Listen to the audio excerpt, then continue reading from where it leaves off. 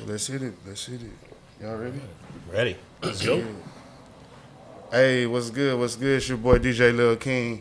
Riding high with DJ Lil King, you know what I'm saying? Hey, we back. We got a special one today, you know what I'm saying? Shout out to my dog DJ Dynamite in here too to help me with the interview. Shout out John Bell back there on production today, Big Bell the Kid, you know what I'm saying? Hey, we got a special guest in the building today, you know what I'm saying? Mr. Hot Z95. Mr. Every time I see him, he doing all the big local shows in Corpus. Then I'll let Dynamite pick it up from there. And you hear him during the lunch, and he's mixing there, 5 o'clock traffic jam. Saturday nights, playing all the throwbacks. Yeah. Like getting us ready for the clubs and stuff like that. And then late night at 2 o'clock, all the dance music and stuff like that. We have DJ Chris Fonseca, Mr. Hot Z95. Hey, man. Thanks for having me here, guys. I For appreciate sure. it. Yeah. Thank you so much. I've known you guys for a hot minute. And, For sure. And you guys have been doing amazing work. And all the interviews that you've been pulling through here, it's just really doing a big thing for the community. And not just for yourselves. I think that you're also showing like the people that are coming up that, they can do anything that they put their minds to. You know what I mean? And For you guys sure. are just doing incredible stuff. Appreciate you for sure. Man, let's take it back to the beginning. For those that don't know, where are you originally from? Originally born and raised Corpus Christi, Texas. Dude, I've been into music ever since I was maybe 2 years old. I started collecting vinyl when I was about 2. Believe it or not, I couldn't, of course, you're 2 or 3 or 4. You don't really remember those years. But there's like pictures of me with like 45s and records. And the story is that like whenever they would take me to like a Kmart back then, back when they were around, there would be like a toy section and then it'd be like a music section. And whenever they went by the toy section to see what I'd be into, I really wasn't into anything. But until we went to where the records were is when I started kind of really like gravitating towards that. And so, of course, I raided my grandparents. I was raised by my great-grandparents. So I raided their collection and started really putting the records that I liked in one area and the ones that I didn't like in another. And, I mean, I couldn't even read these titles. I just knew this is the good side, that's the bad side. Oh, man. But, yeah, so... What side of town was you raised on? West Side, Lorette Drive, Prescott and Horn. Already. Yeah, I loved growing up in that neighborhood. That was back then, that neighborhood, it was just like everybody in the neighborhood would hang out. Like we were like this side, the people on that side of the neighborhood were that side. Really? But it was divided by what is that? What street divides that? There's really nothing. It was Horn, just like because it's almost like two sides. When you say like coast, some of that Prescott side is almost like the Moody side, right? And then the other side would be like what we would consider like the old Supermex, right? Yeah. Right there by Cunningham. Yeah. I was more like Moody side. Okay, right? already. But at the end of the day, we're all friends. Yeah, already. For sure. It wasn't anything like that, but like it was just. It's just we just kind of hung out with our clique and everybody in the neighborhood. That was our little area, but with that, I would play records for my friends. They would come over. I had some inspiring rappers at the time, and they were like, "Can you put these records together?" And I mean, I didn't know what the heck I was doing, So I would try, without a mixer, dude. I'm talking about. I just had like a turntable with your old school cassette player and everything. Yeah. So like you just rigged something up. And then I had another one that I had my grandmother's and my grandfather's. So two How old were you speakers at this here. time? So I was 6, 7. Damn. And I had my records there, and I'm going up and down and trying to whatever. And I got these 8, 9-year-olds busting flows in my bedroom. So, yeah, man, it's just something I've always wanted to do. And what really inspired me the most to become a DJ, because in the beginning I was just a record collector. I just liked playing records. It was never in my mind like, oh, I'm going to put these together and do this. I wanted it to fade in and out like they did on the radio. I was always curious, like, man, how do they get that song just to blend in? The blend to the next one, So that's what I was, whatever. But what really got me was when I was in a record store and there was a video showing of Herbie Hancock, his video Rocket. I don't know if you know that song, but man, it's like there's a scratch section in that, and the DJ is just wrecking it, and my eyes just got glued to that screen. I'm like, how is this dude scratching like that? Then there was Grandmaster Flash and listening to his records, and just, I mean, dude, some of these songs that were coming out were just scratch based. Yeah. And then the older you get, the more like scratch producers that you have out there. You know what I mean? But that's what really got me into it, man. So that's when I begged for my first mixer, which was a Radio Shack $69.99 Yeah, I was about to say Radio Shack. dollar mixer. Yeah, I think it was like a 2-channel. How old were you at that point? I was I was 10 years old. How do you get your parents to buy you a mixer? Ooh, okay. This is where the story gets kind of crazy. So I had been begging. Because the turntables, you said one was your grandma's and one was your grandpa's. Yeah, and they weren't even like... They weren't like, yours. They weren't even yours. And they were like the big units. Like they weren't... it wasn't even they weren't no regular turn. No, they were like record record players. So, and I had like the speakers for that one here and the speakers for that one there. Really? My cassette player in the middle. Really? Like, that's how I did it. And everything. But I begged for a mixer for ever since I was 8 till 10. And of course, it was always it's too expensive. We can't afford it, and I knew we couldn't because we didn't have a lot of money. And so finally, for my birthday, my grandparents got with my parents and everything like that, and said, "Hey, we all just need to collect up and get this kid his mixer so we can just shut up already and like do his thing, right?" So I get it, and I got the mixer, and it was a $10 pawn shop turntable with just a normal automatic belt. And then the next one that I got from a gift from one of my uncles was a turntable that had pitch control, but he got it from a pawn shop, and it was like a Marantz. And I mean, he paid like $20 for it. Back then, that was a lot of money, though. Yeah, you know what I mean? For sure. So I get the setup, and I'm like, check this out. And I get these two records, and I start trying to blend them together, and it sounds whack. It sounds like the worst thing. You just think it's supposed to automatically blend. It trained wrecked more than I could ever imagine, I did it again. Finally, they were like, "Hey, good luck. Have fun at it." About a week into it, what happens when you just don't get it? What happens in your opinion? Like when something that you really want to do and you just can't figure it out, what do you usually do? Give up. That's it. That's what I did, man. I gave up.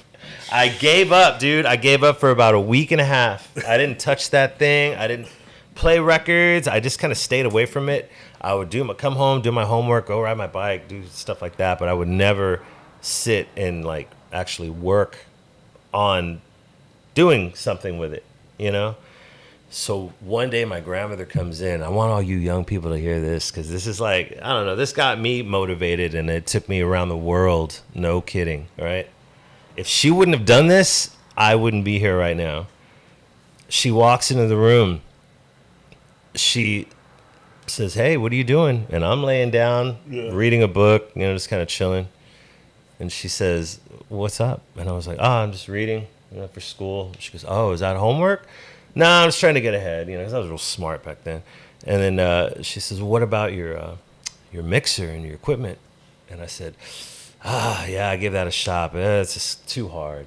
I can't get it. I tried, but I just can't get it." And she looks at me, and she looks at the equipment, and then she looks back at me, and she gives the biggest sigh, like, she says, "We spent all that money." And then she just walked out. Now, I knew that we didn't have money. I knew that we didn't have the type of money just to go buy whatever we want to buy and stuff like that. And so you best believe I got up and I grabbed some records and I said, "All right, I'm going to get this going." And it took me about a month of every day coming home from school, instead of hanging out with my friends, every day from like 4 or 5 o'clock when I was done with my homework, whatever, till about 9. Every day, Monday, Tuesday, Wednesday, Thursday, Friday, Saturday, maybe not so much Sunday, but it was Sunday I wanted to go hang out with my friends and stuff like that. But like, it was like every day for a month.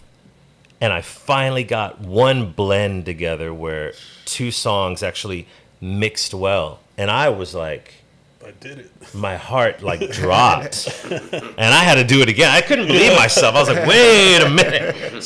Hold on, right? And then I started understanding more. Like, if I do this and whatever, because mind you, I did not have top of the line equipment. Well, you said only one of the turntables had a pitch control, right? And the other one only had a belt. So I had to use my finger to slow it down. It's not like I just matched the numbers and bam, you know? I was over there holding this and pushing this forward and really trying to get that groove going, you know? And when you can do it on the cheapest equipment, I'm talking if you're doing a podcast, if whatever it is you're doing, producing, if you can make something sound amazing on the cheapest equipment, when you get the most expensive equipment, dude, your talent is going to be up there, man. Because your talent's already way up here for making stuff sound amazing off of nothing, you know, off of the cheapest stuff. Yeah. But, dude, once I got that down, I told myself, I think I'm ready to try and do some gigs and make some 10 money. years old? This already, because by the time I got okay, I was already like 11 and a half. Okay, cool. Okay, already. 11 and a half. But yeah, dude, my neighbors, all the kids, they would come to my house and just listen.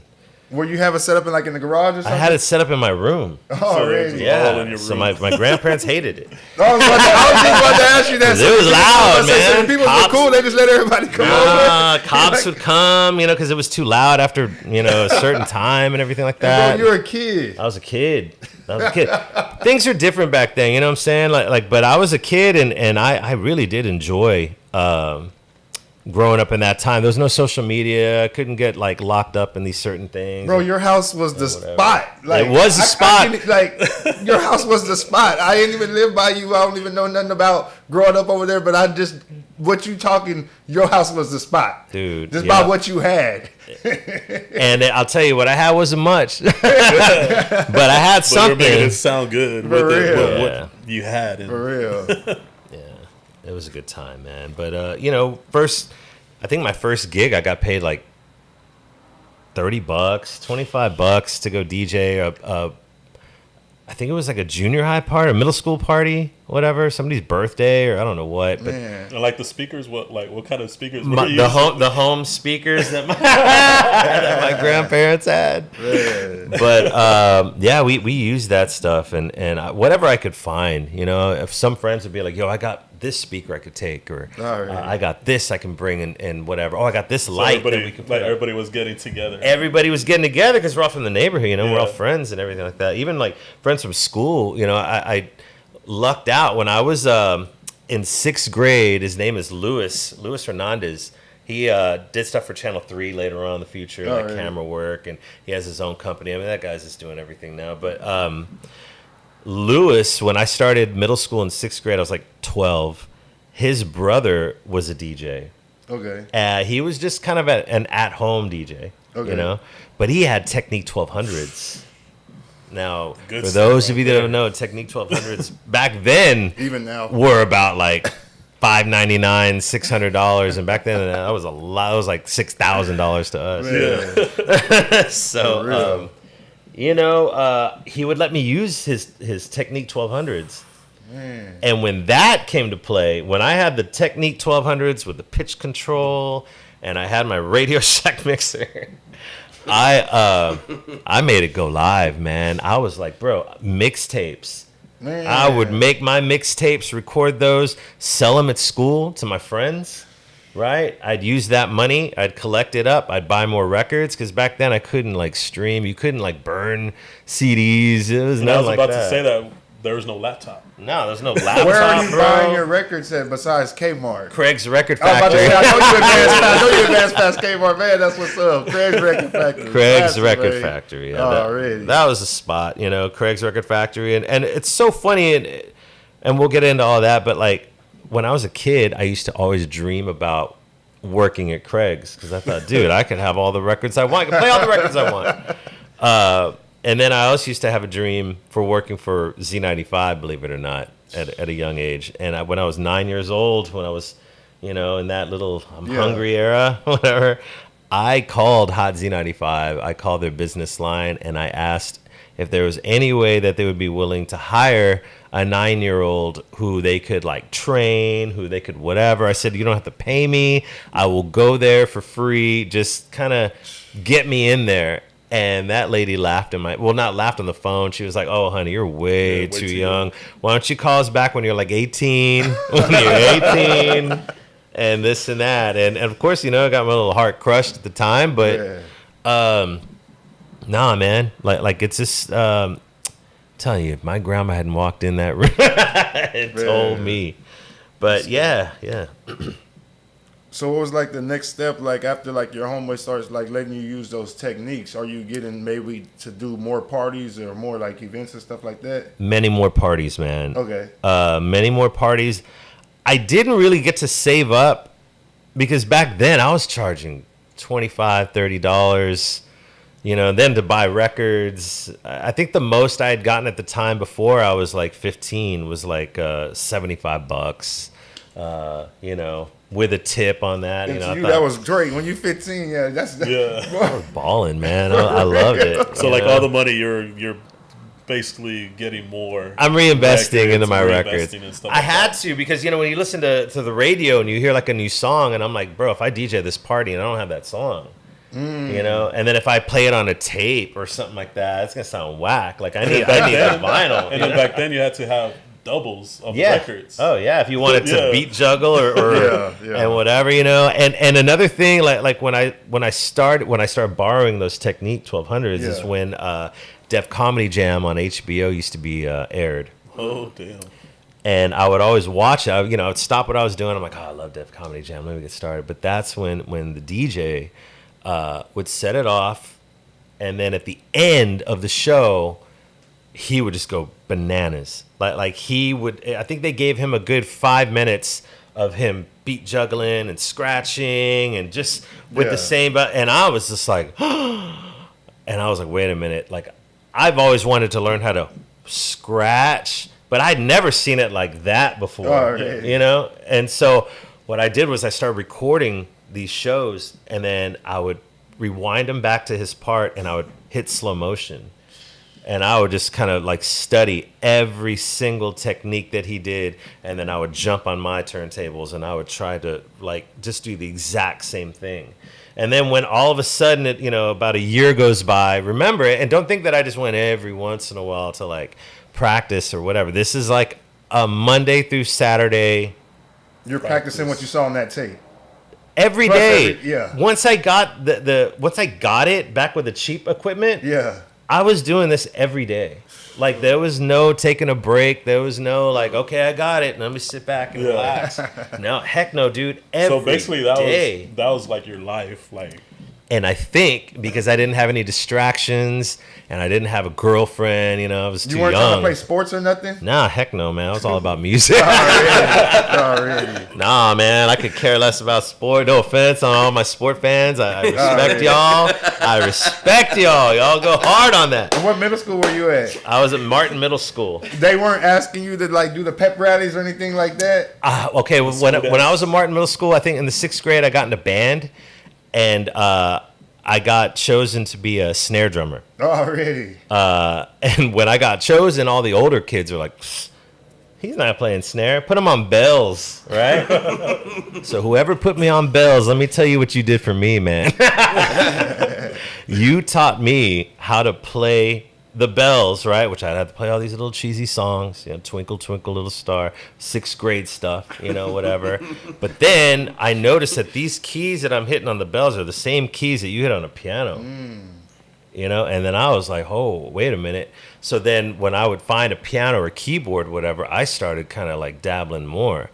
And so with that helped me later on in the future to do like production and be working for A.B. Quintanilla, doing stuff for Selena, working with L.A. Reid and Babyface, like doing stuff like that in L.A. Like I wouldn't have really gotten into it. I would have been more in the technical, bass or drums part of it, whatever. But because I had to, I think that was like half that year I had to play like bells and stuff like that. I got really good at those. which helped me on the keyboard, which helped me later on in the future. You gotta like take everything that you get, man. Yeah. You have to use it somehow, bro. For sure. Yeah.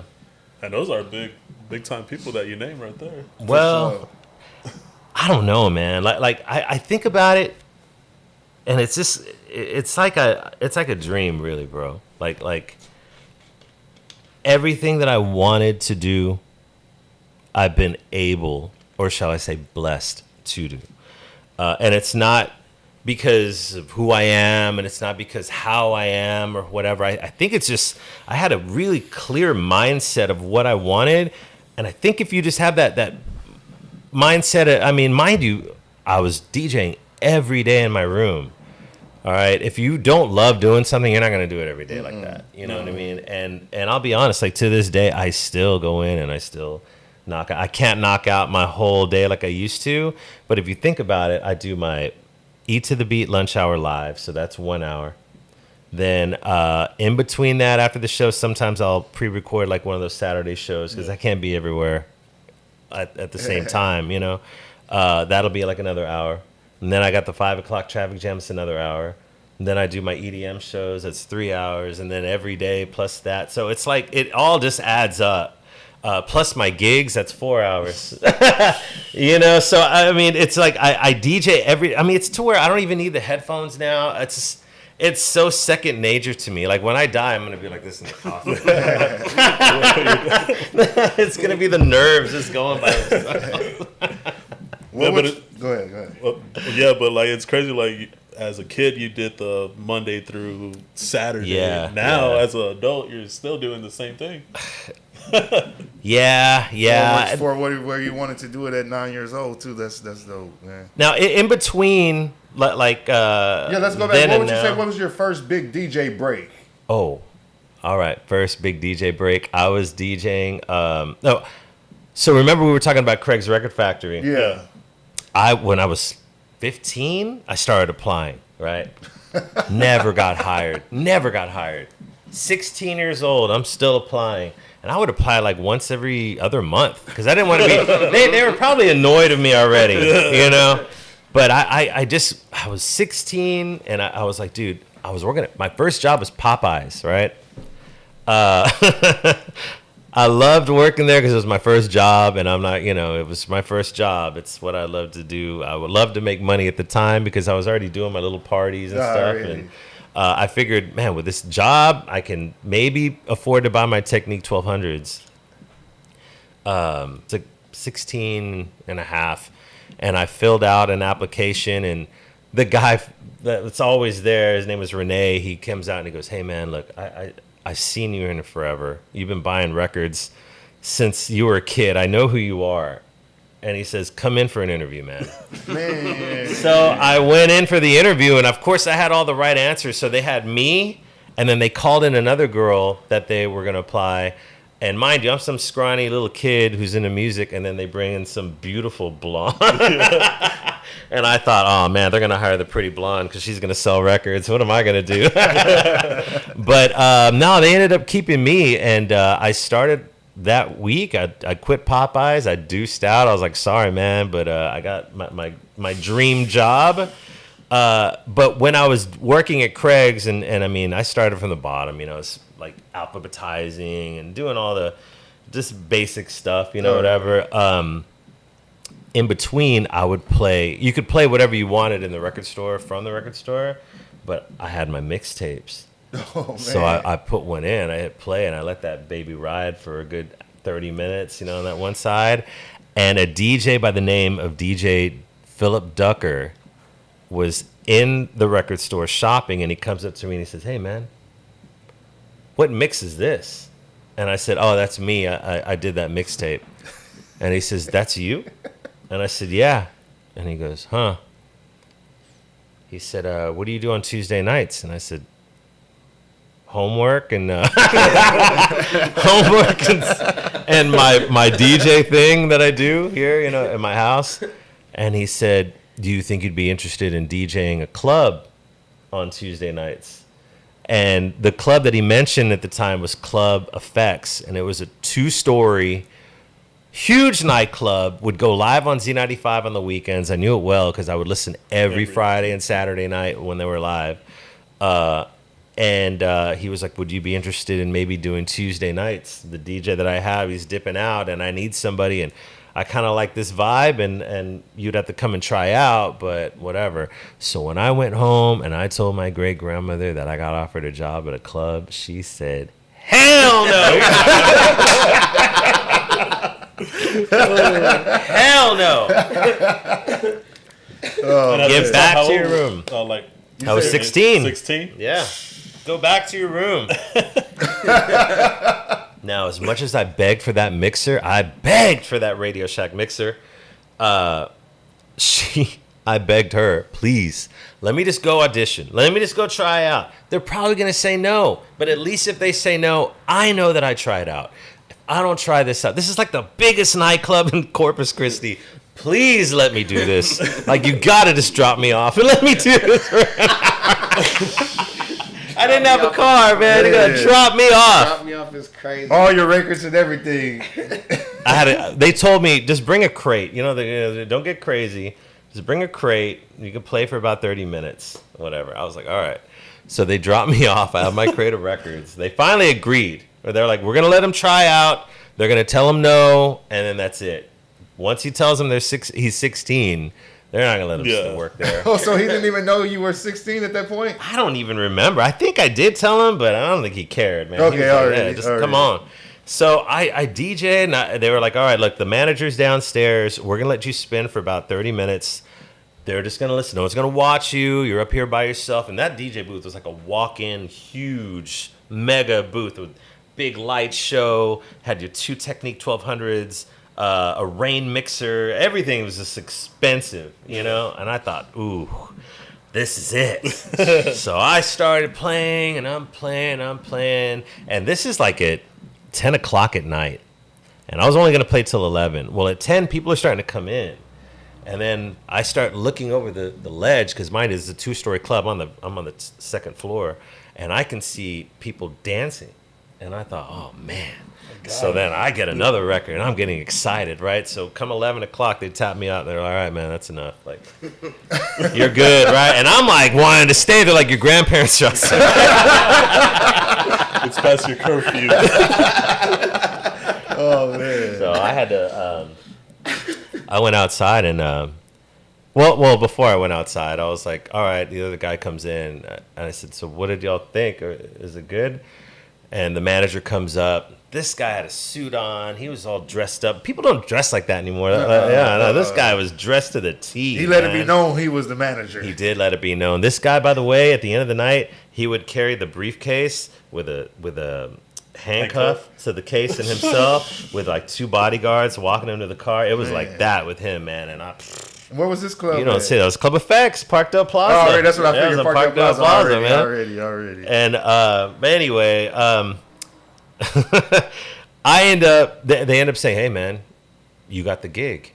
And I said, "Well, there's something I got to tell you. I'm only 16. I'm only 16, and I don't know if I'm even allowed to work here." And then he goes, "Hey, man, do you want the job or not?" Ooh, and I said, "Well, how much does it pay?" Like, and mind you, I'm used to 35, 50. Yeah. He said $75 a night. And I said, $75 a night? Every Tuesday? So I went down, I get in the car, I had my crate of records, and my grandparents go, so how did it go? And I said, well, they offered me the job. And they went, no. You were supposed to just go there, try out, get it out of your system. No. Now, remember, I told you we didn't have a lot of money, right? Now, this is the time where my grandfather was getting ready to retire. My grandmother never worked, so they were just relying on Social Security, that kind of thing, retirement. So it wasn't like a lot of money, you know what I mean? And sure enough, man, like when I told her it was $75 every Tuesday, they went, well, how much? And I said, and I promise, and man, they made me promise I wouldn't like slack off in school, that I would like keep my grades up and whatever, and I did all that, so it worked out. Like, so that was my first big club gig, and from that gig got me into Z95, And the way that happened was I would be the Tuesday DJ, but then they would say, hey, why don't you come in on Friday? Okay. We're live on the radio. You can't play live, but at least you can hang out and Okay. see what it's all about, kind of see the crowd, the difference between Tuesdays and Fridays and Saturdays. They had hosts and stuff like that on those nights. Oh, yeah. We Okay. had the host come in, and I remember the host at that time was Ed O'Conyers. Oh man, that's what's up. The legend. Ed. And and like Philip Ducker would be the DJ, or Jens Ducker would be the DJ, and I used to always just dream about like being one of those guys, you know. And so I remember when I finally met Ed.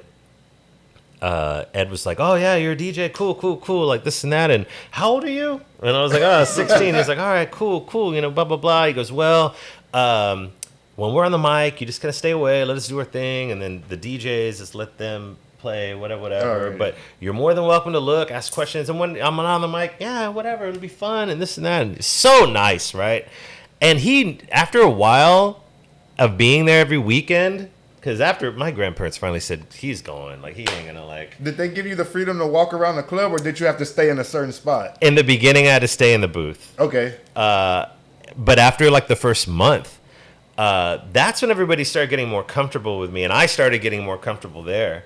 And I remember Ed, or DJ Phillip was like, man, I gotta use the bathroom, man.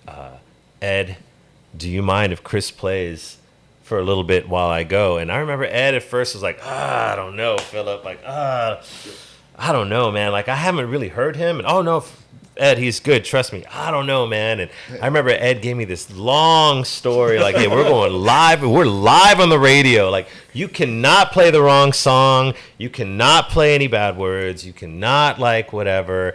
There's people here. We got to keep them here. There's people listening. So, and there was like a bunch of pressure. I don't even want to do it no more. And he's like, so what song are you going to play next? And I thought, oh my God, I got to choose a song. Put you on the spot. And so I started digging through Philip's records, because after, you know, a while, Philip and I became good friends. So we started like sharing titles and, you know, like, have you listened to this? Oh, do you have this? And I have this. And, you know, pretty much I was just leaving some of my good records at the club there already so we could share them. Yeah. And so, yeah, I remember I got a song out and I played it, and Ed was just like, kind of like, okay, all right, let's go. Yeah, kind of like, we're okay. And I thought, okay, we're okay. As long as he's okay, I'm okay. And I played like 2 songs. Philip was right back. But still, to me, I thought like that was the... Friday night? That was like the thing. And eventually, Ed O'Connor invited me after the club. He was like, hey, I have to go cut a commercial. Do you want to come to the radio station and see what it's all about? And I was like, dude, it's like 2 a.m. He's like, bro, this is what we do. And I'm like, all right, I'll go. And back then, they used to be overnight jocks. So the overnight jock would be on from like midnight till about 5, 6 in the morning. And there was no automation. There was no computers playing the track. So somebody physically had to be in the building. That's what I was just about to ask. So when you say overnight jocks, for y'all that don't know, that you're talking about somebody that's physically in the radio station. And playing that, like grabbing, this is the song that I'm going to play now. Bam, it's on the radio. Now this is the sweeper that goes Hot Z95. Let me load that. Okay, the song's almost over, and I have this other song that we're going to play next. So that song's almost over.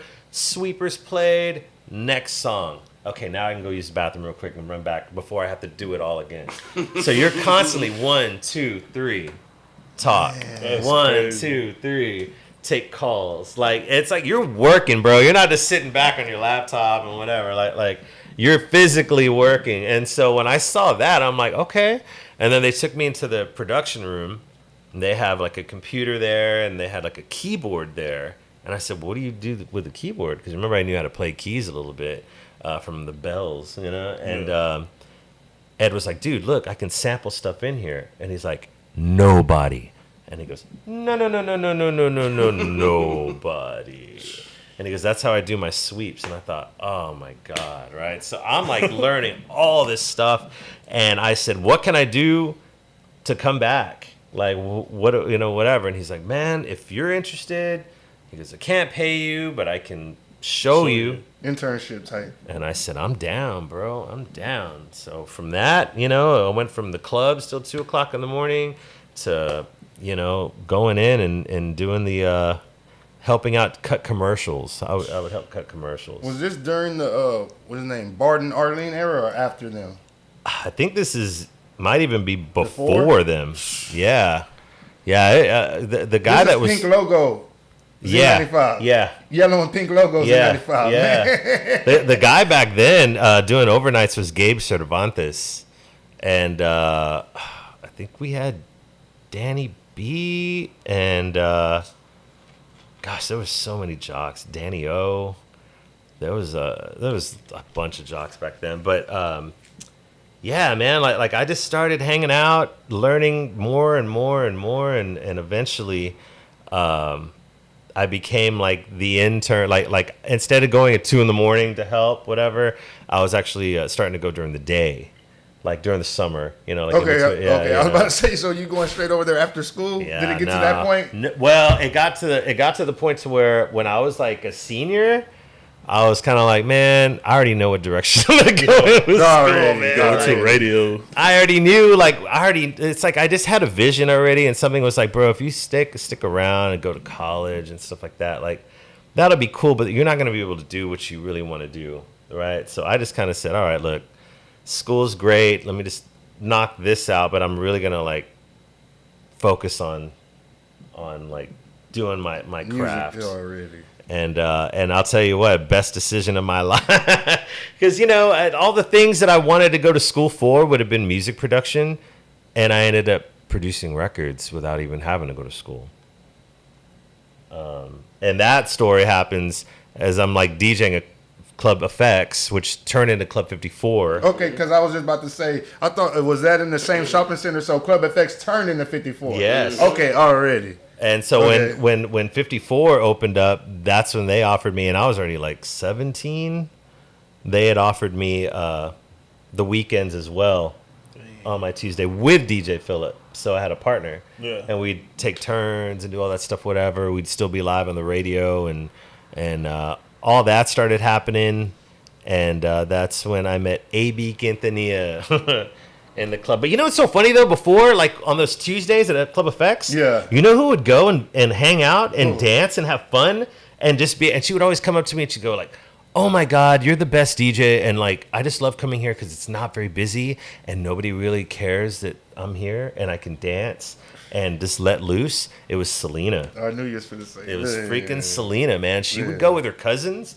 Her cousins would take her, man, and they would just go dance. And they wouldn't stay all night, but they'd stay for about an hour, you know, and dance and do whatever. And then they'd dip out, you know. But like, it was just fun. But like after she passed, is when I met AB, and then I of course told him, hey man, I'm interested in producing, and I've always had this idea of like, you know, doing like remixes and whatever, because I'm playing all these club remixes of songs that are, you know, like just more housed up, and he just kind of blew me off for the longest time until finally one night he was just like, you know what, dude, I guess maybe I was I was just very persistent. That was enough. And I wasn't annoying. I don't want to say like I was annoying. I didn't want to annoy people. Alright. I didn't really like just to where you're like, get away from me, but enough to where you knew that I was serious about it and whatever. And he had me on, he invited me to his house to a party. I wasn't invited like to go in on a session or anything. He invited me to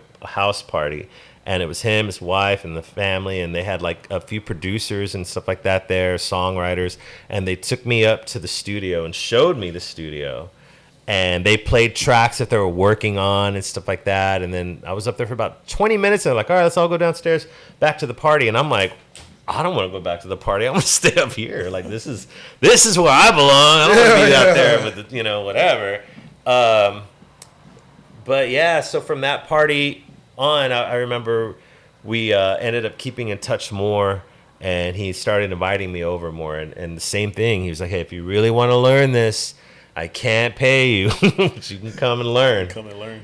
And, you know, when I started with Z, I remember the owner of the radio station telling me, like, hey, if you really want to be hanging around and doing this, you're going to have to get on the radio. There's no other way. Like, you have to be on the radio as a night guy, as somebody, because you can't just come in here and I can't just pay you to shuffle papers around and, like, cut a commercial here and there. She goes, I pay the jocks to do that, too. You know, that's their job. And Part of their job description. they're kind of putting it on you as the guy who's, you know, now an intern making a couple of dollars here and there. They're like, oh, here, Chris, here's all the work, you know. But she goes, if you really want this, you need to be on the radio so I can really, like, take care of you and put you on.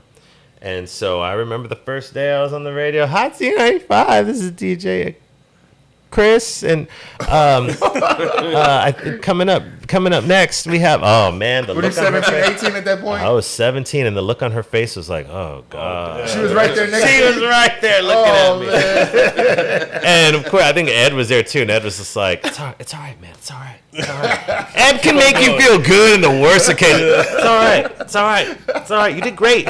You did great. And I think they threw me on like in the afternoon just to do a break, not to like do the whole show. Yeah. And I remember she told me, she goes, Chris, it's not gonna come from here, okay? It's gonna come from here. It needs to come from here. Let it out. You need to let them hear it, right? And this is an old lady This telling the owner me this. telling you Yeah, this. this is the owner telling me, man. She laid it down. So I was like, hey, man. And so I started practicing, and I went from talking to this to kind of talking like this, you know, kind of pushing it from this diaphragm, you know, up, you know, more whatever. My kids hate it because they'll be like, you know, Amelia! I got that loud ass voice, but like, but I wasn't always like that, you know. I was always real embarrassed to talk, and then you got to think about content to talk about, and then you have to like whatever. So that's when the imagination started coming in. The beginning, my breaks were kind of generic, you know. Hot 95 coming up next. We have this, you know, like Okay. real simple, right? But then I'm like, how boring is that, you know, like whatever. Then I'm trying to find my voice. I'm trying to find like who I want to, or like who I am, like my voice, my radio voice. So I thought, you know, maybe if I talk like, you know, Hot 95, it's your boy DJ Chris Fonseca, you know, just kicking it with you, all kind of smooth. Well, that's that late night. Yeah. That love hour voice Yeah. right there. Let me tell you what happened, dude. I had this girl call me in the middle of my show. She says, hey, are you the one on the radio? And I said, yeah, that's me. She said, can you do me a favor? And I said, yeah, what's up? Do you want to hear a song? Can I give you a shout out, dedication? She said, well, I've just had like the worst day today. And I get in my car and I turn on the radio and I turn up my favorite radio station, and then I hear you come on. And she goes, and you sound like you're having a worse day than I am. She says, so can you do me a favor? Maybe hype it up a bit, you know? She goes, make me feel good. She goes, I'm having a bad day. Can you make me feel good? And I said, damn, this ain't about me. This ain't about, hey, it's DJ Chris. No, this is about the person listening, right? And how do I want to reflect to them? Or how do I want to make them feel? Do I want to make them feel like they're not part of my little group? Or do I want to invite them in, and do I want to talk to them like I'm talking to you guys? Yeah, for sure. You know, and do I talk to y'all like that? You know, I don't talk like that. You know, so then I kind of developed my voice, and of course the next break I'm like, Hot 95 coming up next. We got blah blah blah blah blah. About an hour goes by, and I'm trying my best to like stay hype, and then she calls me at the end of the hour, and she goes, "Thank you, baby. That's all I wanted. Thank Yeah, you. that's what's Thank up. you." And I said, you know what? From now on, I need to come up with some better content. I need to come up with something that's gonna make her happy. Somebody who's having the worst day. Whatever. So if you listen to like my X feed of the day or my Twitter feed of the day, if you listen to like some of the stupid things I say on the radio, like whatever, it's not because I'm just being stupid. I really want somebody who's having the worst day to like laugh, to like get out of their mindset of like all the bad things that are going on in the world or in their lives. You know what I mean? I kind of want to take them somewhere else and then leave them feeling a little better than they were before they listened. And I think that's all, like, everybody's job. You listen to Gino's Neighborhood, you know what I'm saying? They hype it up. They're funny, you know what I'm saying? They make their jokes. They do whatever, you know? You got John Bell, who, I mean, if we had our own podcast, I don't know, man. We wouldn't be able to stream everywhere. But, like, you know, it's just all about having fun. And like, the fun that we have, I really want y'all out there listening to have as well. But anyway, I'm sorry, I'm getting all back and forth. No, with my stories. you're doing real good, because I was saying, whenever I do listen and I'm listening to you, you come with a lot of energy. Yeah. Yes. Unlike, like that girl said, like, You're bringing me down. you definitely come with a lot of energy for sure. Yeah. And you know, and eventually, like, dude, I've been through some, like, I've been on tours, I've done whatever, and I've met different people that have helped me grow as a person mentally. So I've changed a lot from back then to now, for the better, in my opinion. You know, I just, of course, you know, back then you get everything happening, and sometimes you forget to appreciate, you forget to really understand that, like, where I am at a certain time in my life and I'm not feeling good, I got to remember that there's somebody down here wishing that they were doing what I was doing. You know what I'm saying? And I remember I got to a point one time where I was like, did I hit the peak of what I wanted to do? And is this, like, it? And then what else is there? Like, where else do I want to go from Around here? how many years after? This is already when I'm like 18 years old. Not about 19, or turning 19. So after a year, you're already questioning? I'm questioning, yeah. Because I was already, like, doing the mix shows. I was doing this, and I thought, what else? I don't want to, like, what else is there? Okay, well, let me ask you this, because it's one of the questions I got. What was your first radio show that was, like, your show? My first show was a midday show, and it was from 10 a.m. to 2 p.m. And that was the safe zone, because everybody that got done listening to the morning show was done by, I want to say, they're usually at work by 9. Yeah, for sure. That's what I was saying about you. So the midday show is from 10 to 2. 10 to 2, there's really nothing going on at that time. And there's people usually at work or at home listening in their car. But it's not like they're in their cars waiting for their kids, or, like, picking up their kids from school, like, in the afternoons, or driving and dropping them off or whatever, or going to the parties at night. You know what I mean? like so it was like a midday show, which was actually kind of helpful for me, because being there middays, I was able to be there with the salespeople, be there with, like, the bosses, the owner, and everybody. And then, of course, they would have me do extra stuff around there. So it helped me get more involved. Already. But once I hit that midday show, they moved me into afternoons. And afternoons went great. And was that because your midday was, like, doing good? My midday was doing well, and the afternoon guy was leaving. Okay. So they're like, oh, we're going to put him on afternoons. And right when I started afternoons, I started getting that vibe going. The night guy left. So they were like, dude, we're going to put you at night. So I was, like, in the hottest spot, you know? And I was, like, 6 or 7 o'clock. I had the phone lines going until 10, and then at 10 they would die off, and then at 11 they would blow up for the love hour. And I was able to, like, pick my own songs for the love hour. I would take dedications. People would mail in letters. I would get letters from people from jail. Yeah, you know, and that was, like, real big with the love hour. Yeah, bro, like call-ins and stuff like that. You know, I would read them out. I would, like, you know, do shit. So that was you. That was me. That was me saying, like, Hot 95, you know, you're in the love hour. Do you have a dedication? Yeah, I got a dedication going out to Tommy. Can't wait to get to when you get out. You know, that kind of stuff. But no, it was fun, man. I got to do it all. The only thing I'd never done is a morning show. Already. Never done a morning show. Never been a part of a morning show team? Never been a part of, and honestly, I can't get up that early, dog. I could try, but I'd probably just pull an all-nighter. But, like, I don't know. It's just, radio was fun, and then I started questioning things, and then the more involved I got with AB, the more I started kind of not learning, but just understanding like how their schedule worked. And they didn't really start till about 4 in the afternoon, 5 in the afternoon, and go till 2 or 3 in the morning, in the studio.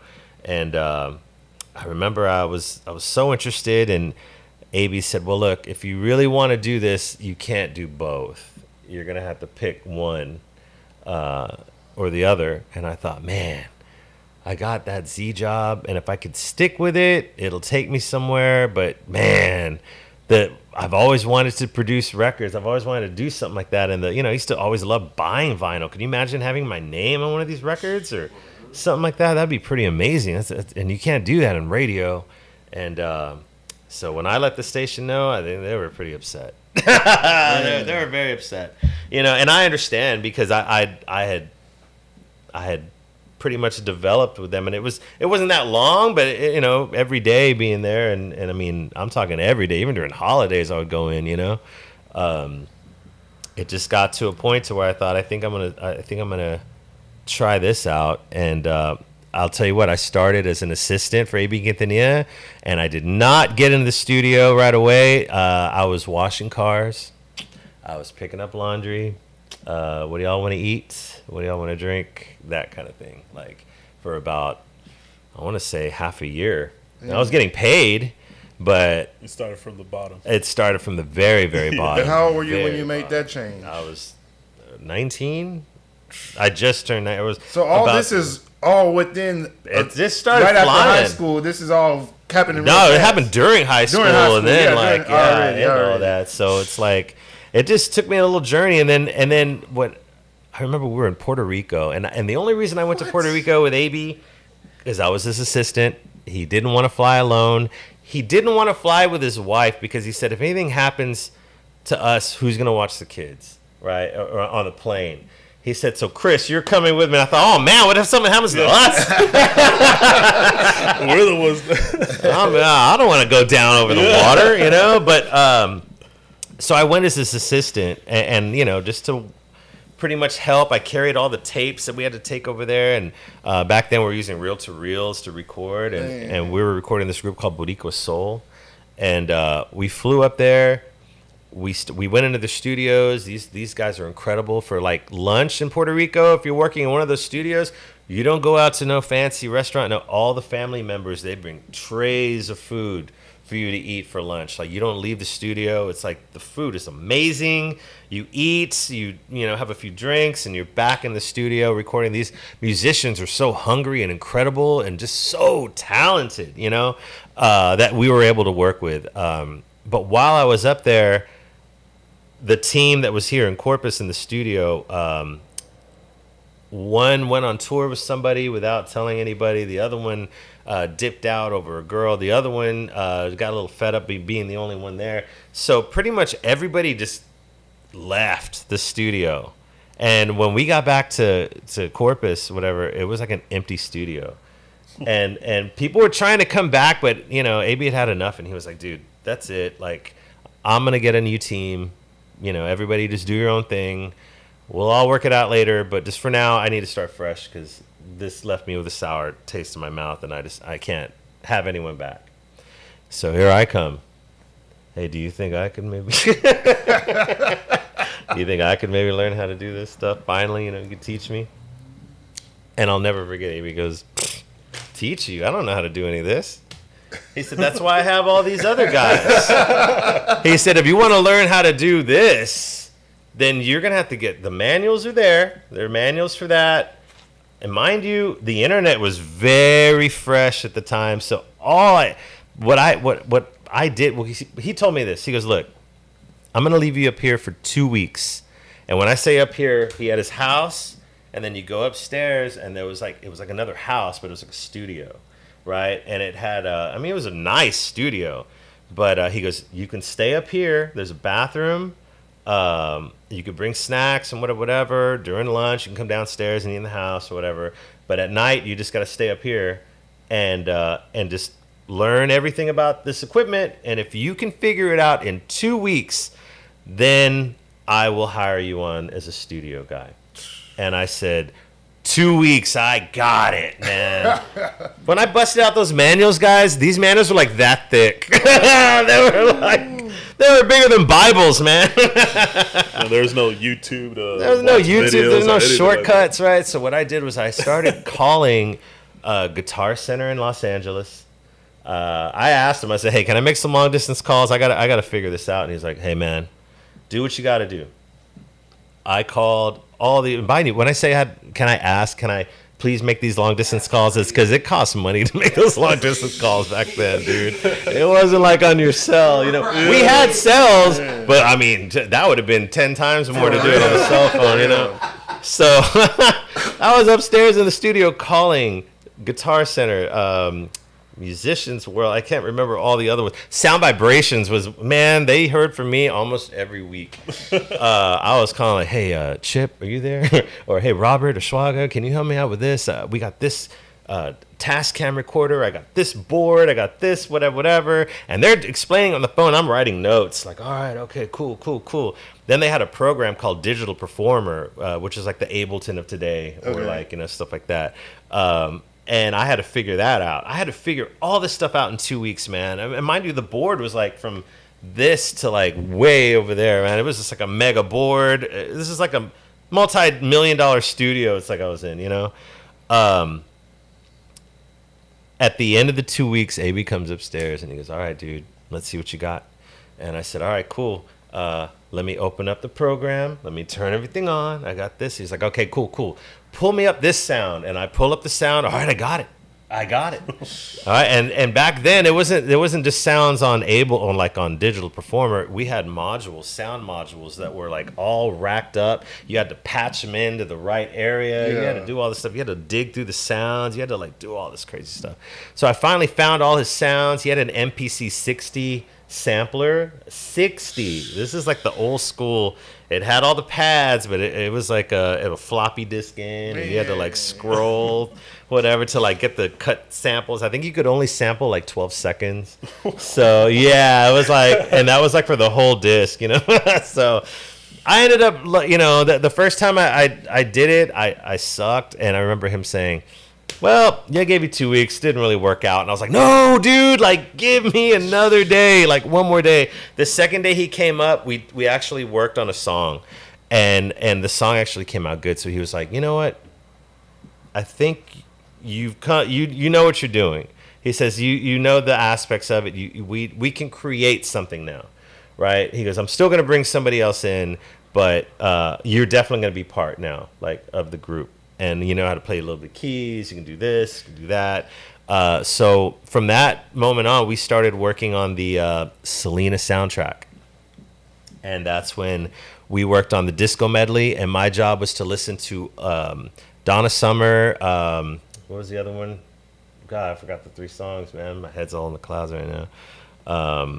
Last Dance. Yeah. Everybody's like giving the answers. Yeah. Anyway, I had to listen to all those songs. I had to get the bass lines down for each one. I had to get the drum patterns the exact same way. I had to replay everything the way it was originally played. Last Dance, Funky Town, and I Will Survive. Yes, those 3. I listened to those songs over and over and over and over and over again, just trying to get the right bass line. And it's so funny because when I hear those songs, I'm like already automatic. Like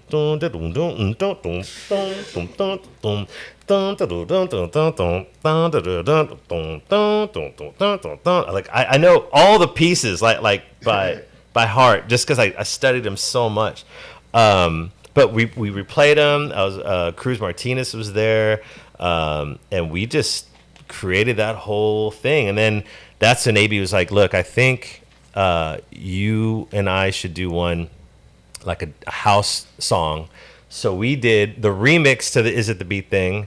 Is It the Beat? We did the remix to the disco medley, and then we also did a song called "Is It the Beat." Now, "Is It the Beat"? The way it worked is AB said, "Here's the vocals. Go to Q Productions. Go work with the engineer Red." And I had this keyboard player. His name was Ray. He was blind. right? But he was an amazing piano player. So he just gave you the straight acapella. So he just gave me the acapella. Okay. And so I show up with the acapella, and I'm like, all right, Red, here's the acapella. Let's load it in. Ray, here's the beat. I gave him the beat because I had already pre-done all the beat at the other studio. Okay. And it's like a house beat. And I said, and if you can play this, like, and I sang it to him, and he's like, oh, you mean this? And I was like, yeah, that, right? So I'm like, Red, start recording, man. So we start recording. We start doing this whole thing. It all comes together, right? The only thing that we couldn't do is we couldn't time stretch the vocals to fit the song. Yeah. The same thing, the same problem that we had with the disco medley, right? The music was coming out, but the time stretch sounded real wonky and choppy because it was on a computer. Okay. So AB's like, we can't turn in the tracks like this. Like, this is just going to sound horrible. Like if we do this, it's going to sound like unprofessional. What should we do? And Pioneer came to mind, right? Back then, they made the very first Pioneer CDJ, the very first CDJ, where you open it and it flopped up like that. Yeah, old school CDJ. But I had remembered that there was that tempo, where it'll keep the pitch of the song, even though you sped it up. Yeah. So I was like, dude, if we buy one of those, we can use that. Yeah, and they looked at me like I was crazy. They're like, look at this guy wanting DJ equipment. I was like, no. Buy one, trust me, it'll work. It'll sound like I said, I'll make sure it stays on the beat. I'm a DJ, man. Just let's do it. Yeah, that one. That right there. So we ordered it. I think it was like $6.99. It was like $700, man. It was not cheap back then. Came in, we burned everything to a CD, the vocals on the original pitch, original whatever, and I pretty much just kind of up and down with the tempo, just trying to keep it on. And that's what you're hearing on all those songs. So you slowed the beat down, the instrumental or the vocals? I had to speed up the vocals. Okay, so you had to speed up the vocals to keep up with what we were doing, because it was much faster than the live version. Okay. The live version was more like groovy. And the fact that it was we were getting the vocals for the disco medley from the live version, it was it wasn't on a quantized beat. It was just live.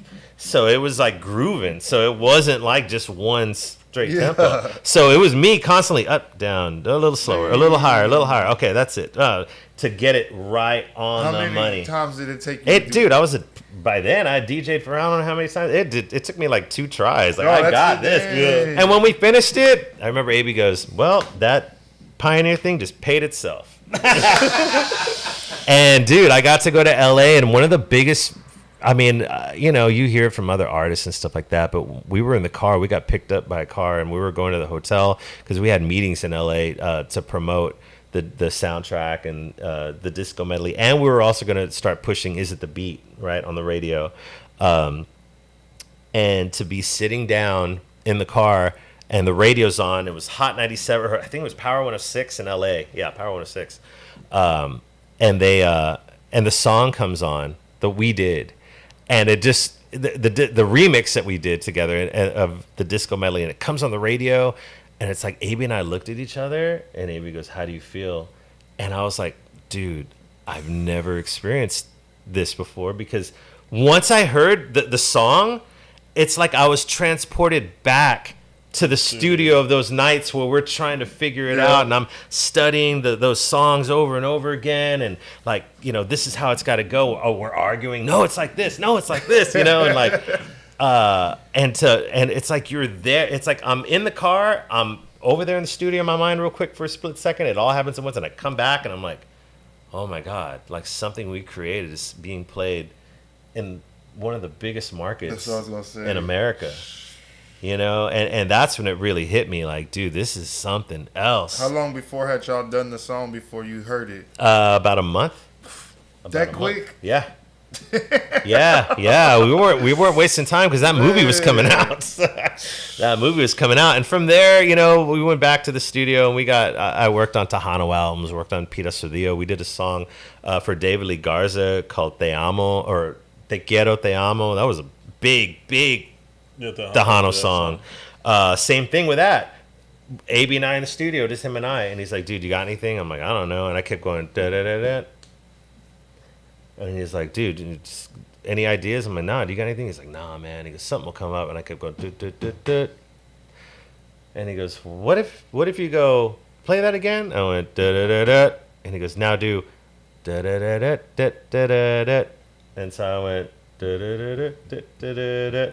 And then we both went, da-da-da-da-da-da-da. We want to go up, da-da-da-da-da-da-da.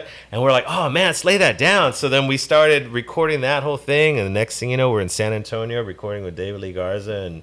And they're taking out the parts that we played keys on, and they're actually replaying them with accordions and the bass lines. And that's like one of the top David Lee songs. That's crazy. It's crazy to be part of all that. You know what I mean? It was just a blessing, you know. And then after that, we started kind of slowing down. We were working on like big international projects and stuff like that. And dude, to be able to take the person my grandmother who walked in, Mrs. Flores, who said, you know, oh, we spent all that money, you know, whatever, to take her to meet the biggest international superstar in her eyes, which was Veronica Castro. That was one of the ladies we were working on. We were working on her album. And Veronica and I became good friends. And so when I said, oh, my grandma was a big fan of yours, and she was like, well, bring your mom over. And man, to have my mom meet her, my mom just looked at me like, God, like my son has finally made it. And it really did make me feel good to you know, do good and to, I mean, I was living it up back then. I bought myself a BMW Z3. I got to drive that. I drove that car out of the car lot, not knowing how to drive standard. And it was a standard that I bought. So the car was all, and I remember Abe in the passenger seat going, "Are you sure you know what you're doing?" I'm like, "Nah, I got it." But you know, being able to learn how to do that and take her on trips and treat her. I remember I was able to take her to.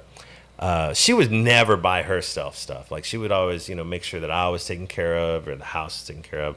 But I would take her to, you know, Dillard's and say, Mom, whatever you want. And she, oh, no. And I'm like, nah, like we're going to get you some outfits. My grandfather, I mean, Christmases of the real trees. We never had real trees when I was a kid. You know, always had that one fake tree with the colors you had to stick in the end of the pole that had all the wood chipped already. So much. Yep. It's a black, you know, whatever. I mean, we were blessed. And then after a while, what happens? It's like, what's next?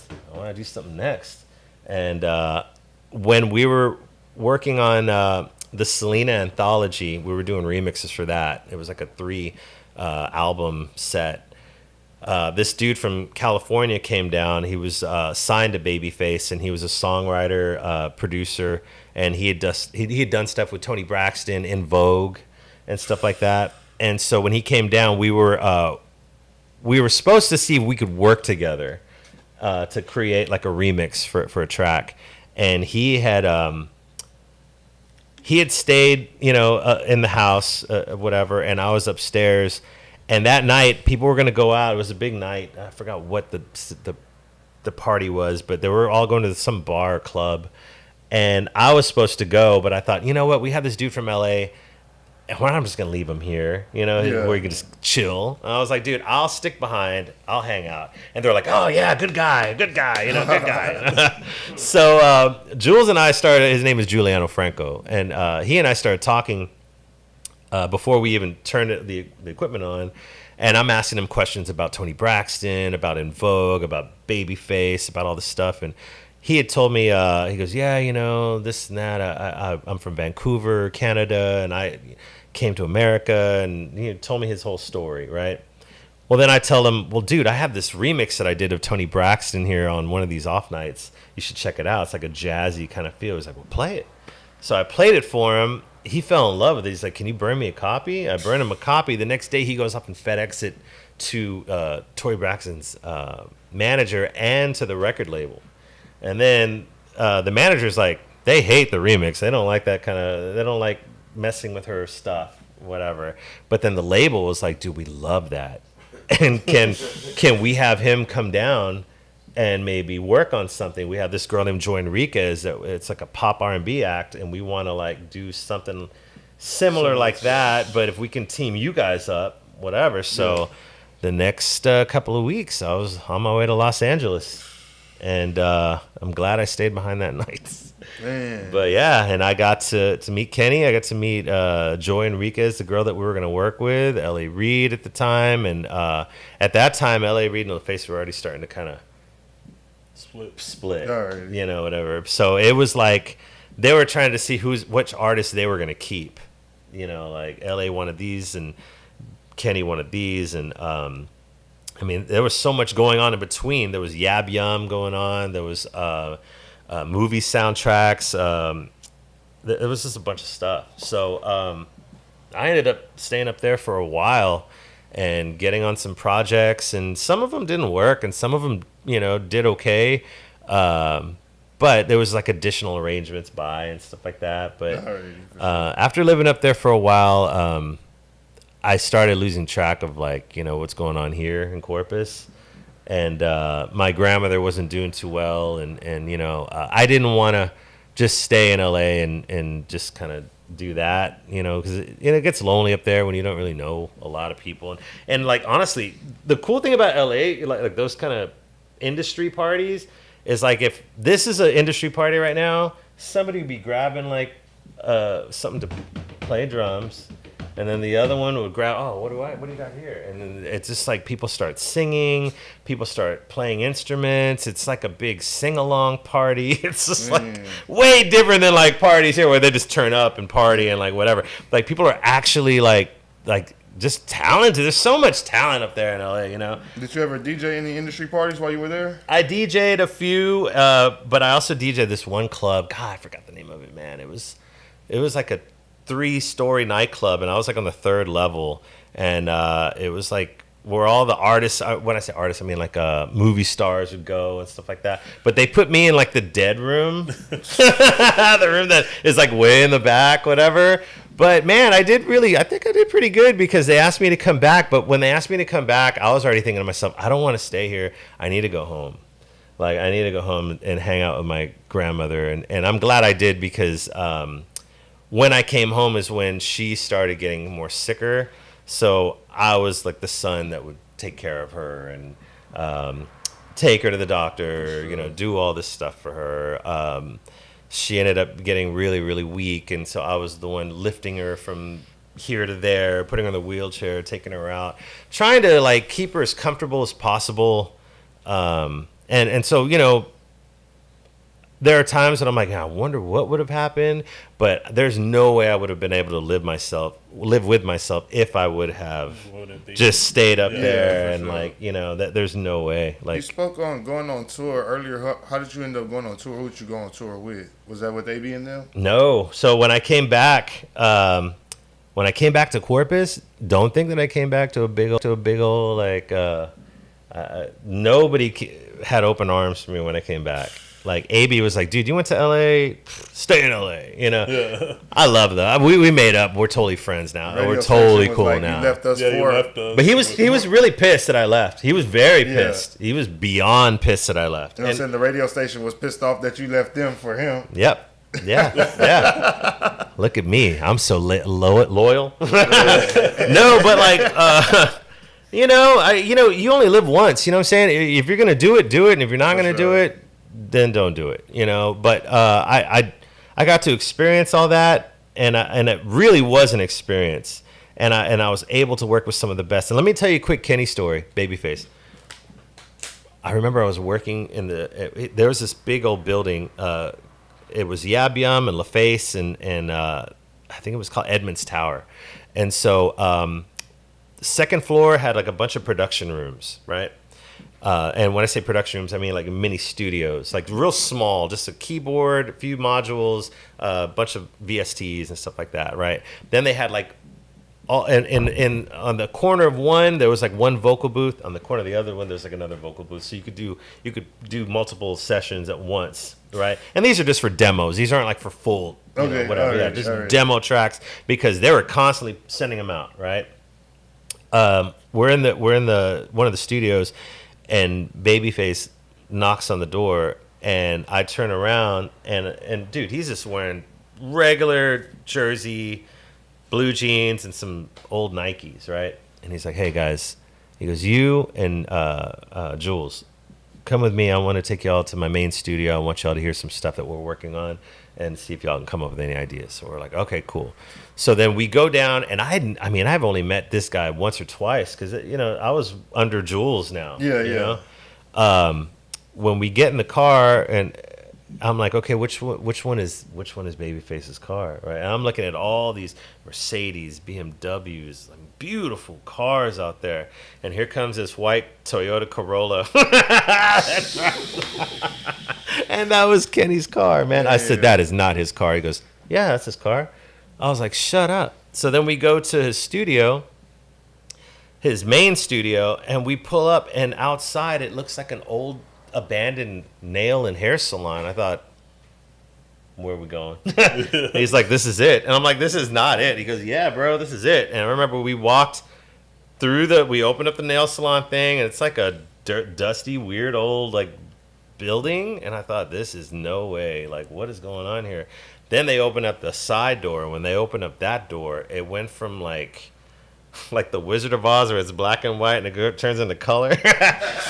Because when that door opened, it was this long hallway, and if you look on the sides, gold plaques all the way down, right? And I'm thinking, so as I'm walking slow, right? And I'm like looking at all these artists and soundtracks and just everything like that, Boys to Men, all this, and you keep getting further and further, and then you push open the studio door, and it's like mahogany floors and this huge grand piano, and then like you look at the other side, there's this big glass and this huge mega board, and I mean it's just like immaculate, beautiful, intimate, like just somewhere where you want to make a record.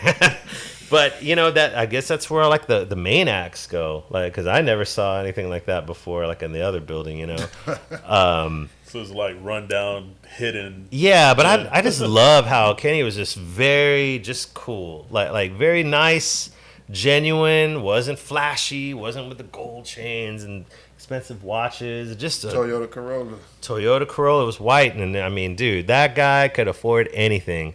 But I mean, dude, all big ups to him. But so anyway, yeah, when I came back, there was no open doors. Nobody really cared. So I had to start from the bottom, man. And I remember I hit up Craig's Record Factory, and I was like, dude, can I get a job or maybe a couple of hours? Because I got to make some kind of money. I started doing that a little bit. Then I started trying to book gigs, but that wasn't really working either. So that's when they asked me, hey, do you want to come back to the radio station? And I was like, dude, I am down. Like, please take me somewhere. And I started doing radio again and started working my way up from there. And Ed and I, we squashed it, and we were cool again. And I was pretty much just like the mixer guy. I didn't want to be on the air again. I was like, dude, I think I just like being the DJ in between and stuff like that. It's just easier for me. I don't have to be here all day, and I can watch my grandmother and stuff like that. And when she ended up passing away, I was like, man, all right, what's next? She's not here, and I don't need to be here. And I didn't want to go back to LA because things were changing. They had gone, like, LaFace had already separated, and they were already fighting about artists, and like the artist that I was working with ended up going to another label, and it was just a bunch of whatever. Like I just didn't know what to do. Even the guy that I was working with was like, dude, it'd be easier for you to get a studio in Texas, do some work there, and then we can work together like that. Yeah, collab. And so I ended up, I remember I was DJing at the radio station, and I think it was a show at Concrete Street. I can't remember who it was. I don't know if it was Yin Yang Twins or something like that. It was like a big show, though. It was like multiple big acts. And Ed had asked, hey, they need a DJ on stage. Can you DJ in between? And can you also DJ for this one opening act? And I said, sure, I got it. Whatever. I'm excited to do this, I DJ on stage. I do my thing. I DJ for the artist. Then they tapped me on the shoulder and they said, "Hey, man, there's this girl that wants to do a karaoke song. Can you play her karaoke CD or whatever as her DJ?" And I said, "Sure, yeah." They said, "Thank you, because the other guys, the other DJs that are going on after you, they don't want to do it." And I was like, "Oh, I'll do it. I don't care, whatever." I'm like, whenever she's ready, I got it. Whenever this little girl goes up there and she starts singing some song, I forgot what it was, but it was like a cover song. And when she was done, I was like, "All right, cool. Here's your song or here's your CD or whatever." I said, "You did real good." And I gave her a little hug on the shoulder, tap the shoulder. And that little girl was Paula DeAnda. I knew it. Yeah. I knew it, bro. I promise you, I knew it. That little girl was Paula DeAnda. And dude, from there, I remember Ed talking about like, "Man, that girl was really good. And we're trying to work something out so we can like do something." So then they ended up getting with Dusty, and we got with Baby Bash, and we got with Tony Calderon and Albert Huerta, and all these people. We all got together, and that's when Doing Too Much came out. Yep. And when Doing Too Much came out, That thing blew up. we started working on other tracks, and Walk Away was submitted by the people that wrote for Neo and stuff like that. I mean, there were some big songs coming in. And so, of course, they said, "All right, look, we need to take this girl out of Texas, so we're going to do a little California run." Because the song was already starting to get played a lot of places. But she's still unsigned. She's still unsigned. And they were talking to like TBT Records at the time. I think they were talking to MCA. They were talking to Columbia. And then they were talking to Arista. But then J Records, who Clive Davis started, was the one who was like, "Nah, bring her to me. Bring her to me." But before all that happened, we did a mini tour independently, because there was no way that people were going to know who she was if she didn't go out there and actually show herself. So we hit up the mom and pop radio stations like in Bakersfield, Sacramento. I mean, we weren't in LA or nothing like that. It was all the outskirts. But we went to these radio stations. Dude, some of those dudes are still there. The greatest DJs, greatest people out there. You know what I mean? But we ended up... So, of course, Ed is like, "Dude, do you mind going? Because when we do these little meet and greets and these little free shows that we're doing, and we're talking, there were little pubs, little places that, like, we would show up and it would be embarrassing because the crowd didn't fit what we were going to play." You know what I mean? But we did it anyway. And I remember I was like, "Dude, if you're paying for the flight, I will go for free. Like, I won't charge a thing."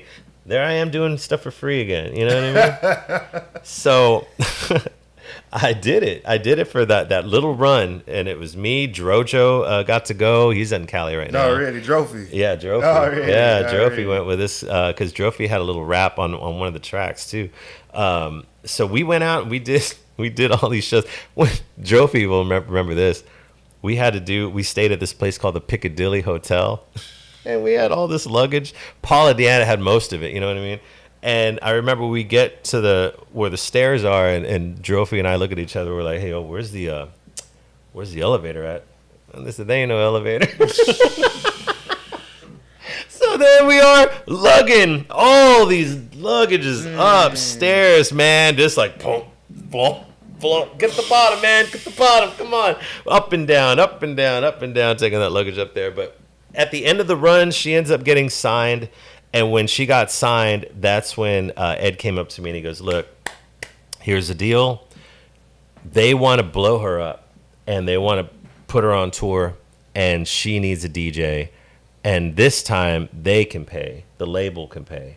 So are you interested in doing that?" And I said, "Put me down," right? Man. So I start touring. We start doing bigger shows, Six Flags shows. We start touring with Gym Class Heroes. We start touring with Chris Brown. Of course, we did like several runs with Chris. We went on tour with, God, man, if I can remember. Brooke Hogan went on tour with Paul Wall, of course, Bash, everybody. Like it was like we were on tour with everybody. And so each show, I'm getting paid, and I'm doing my thing. But then it started to be where I was gone for like a week, come back for 2 days, be on the radio, then get back and go gone for another week. He was and interfering with come back. Alright. So then they said, hey, man, you got to make a choice. It's either the radio station or the touring. What do you want to do? And I had an engineer from the station. His name is John Gifford. He said, Chris, let me tell you, if you stay, there could be a possibility to where maybe down the line you can be the boss of Z95. But you have to stay. He goes, because everybody that, they work their way up. You can't just come back and take something, He says, it's just everybody's seniority around here. So if you stay, and God forbid, let's say Ed ends up leaving or something, there might be a position for you in there. And I thought, I'm going to go ahead and go. I'm going to go ahead and go on tour. And I did. I freaking went, man. And I started... when you start doing that, there's and other the checks artists. were coming directly from, what was she signed to, like For the label. Arista? Yeah, no, she was J Records, but then there was like another like promotional team. So like all I know is I was getting my check. Oh, really? I was getting my checks, and they were coming on time. they were coming on time. Sometimes they would be like, "Oh, this is a promotional run," or "There's no pay for these 2 or 3 gigs, but the next ones are," and whatever. But that really opened up a door for me to meet other artists like Brooke Hogan, right? Yeah. Like the Hulk. I remember at the end of his show, he'd be like to his daughter, "Oh, you did great, honey. Oh, you did great. I love you, blah, blah, blah." But she didn't have a DJ. She just was like a track act. And when he saw what we did with Paula and me like hyping her up and doing the thunderclaps and the whole nine and scratching and whatever, he was like, "Bro, I think we need something like that." So he was like, "Hey, when we go on tour together, can you be Brooke's DJ too? And I'll pay you, pay you my own way." I was like, yeah, whatever. So I would be Brooke's DJ, and then I would be Paula's DJ, and then eventually I became Bash's DJ, and then I became Frankie J's DJ, and then I became Colorblind's DJ. There were another act that we had signed, and I started just DJing for all these people. And what's funny is before I had done all that, before Paula DeAnda, before all that, I remember we had Omarion come into the studio, and I remember I was just doing the mix shows. Yeah. I wasn't on the radio doing the interviews. I was just doing the mixing. And when O was there at the end of his interview, he came to the mix room and he knocked on the door and he was like, "Are you the one doing all that?" I'm like, "Yeah." He goes, "One day I'm going to take you on tour with me. One day I'm going to take you on tour with me." And I thought, this guy ain't like, yeah, all right. You tell that to all the boys, But anyway, the Paula thing happened. I'm on tour with all these cats, whatever. As I'm on tour, Ed goes, "Hey, man, we got a call at the radio station and they're looking for you." And I go, "Oh, hell, who's looking for me? Is it the law?" And he goes, "Nah, man." He said, "They're looking for you. It's Omarion." And I said, "You are kidding me." And he goes, "Yeah, he wants to. There's a tour coming up called the Scream Tour, and they want you to be part of it.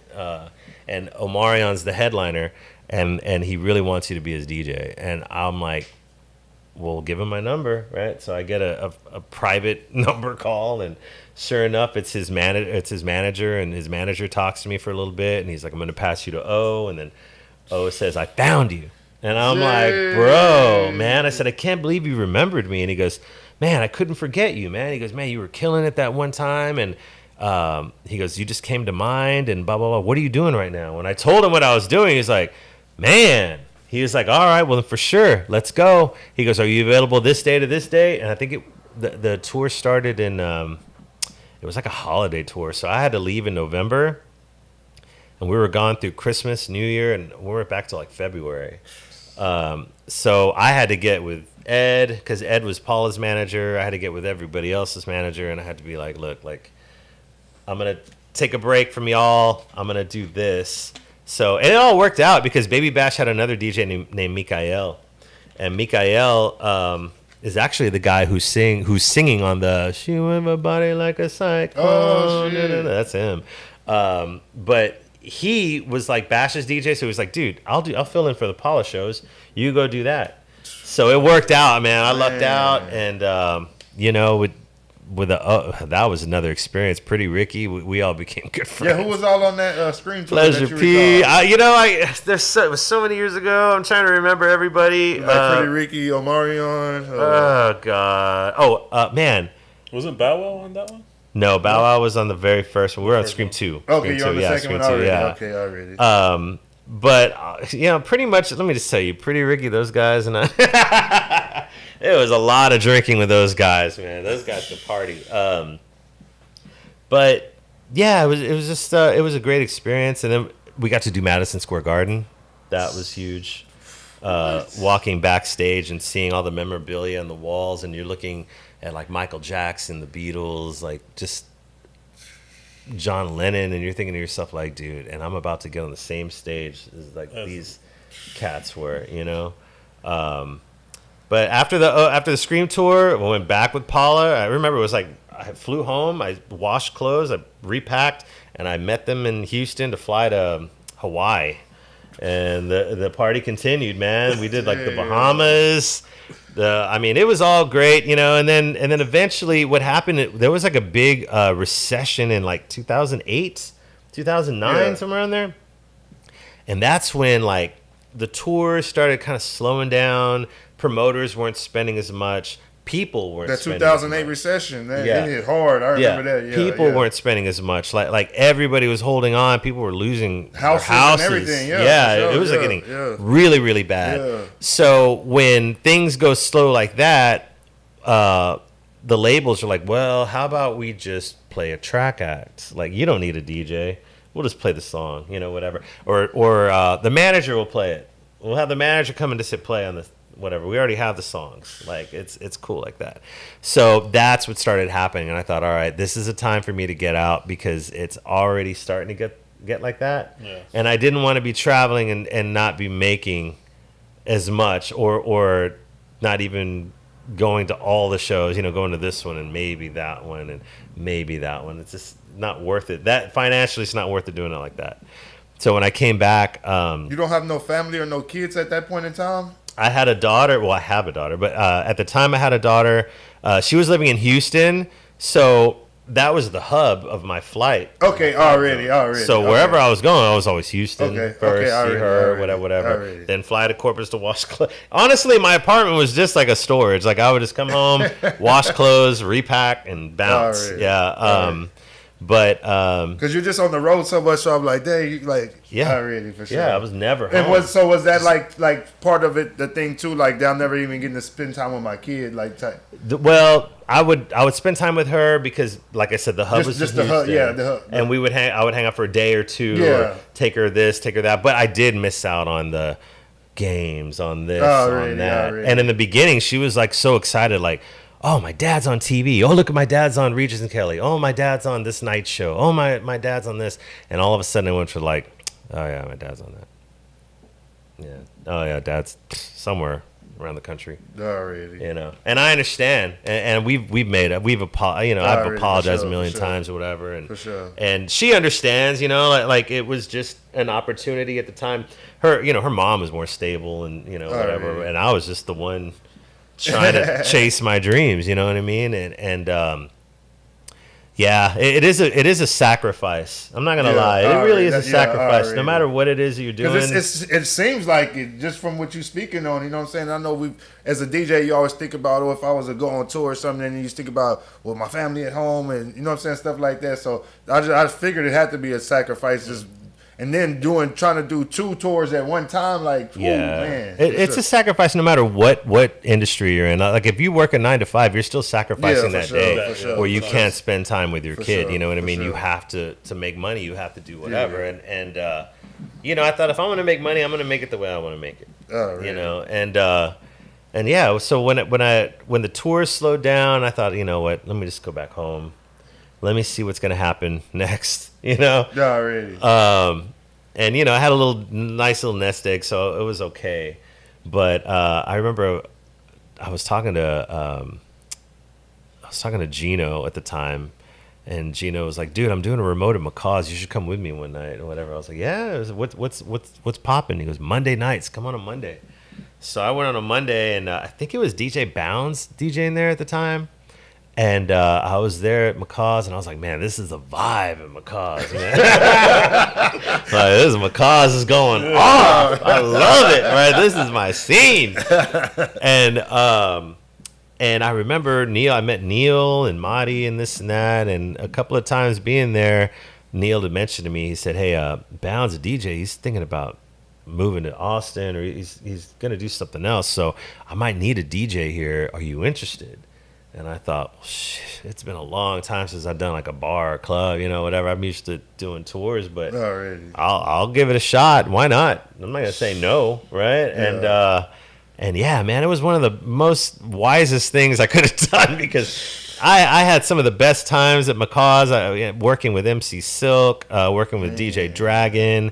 Another one I want to bring up, back in the day when I first got started, was DJ Natural, man. DJ Natural, sure. And even Dragon. I wish we could have talked more about that, how I met them. I met them way early in the scene, like when we were all kids. I mean, we were all just young kids trying to do something. When I first met DJ Dragon, he was the most arrogant, mean guy I've ever met in my life. Where do you meet them at? Like at a hip hop scene or something? I met Dragon at the Yellow Rose. Man, he was DJing at the Yellow Rose, and I went with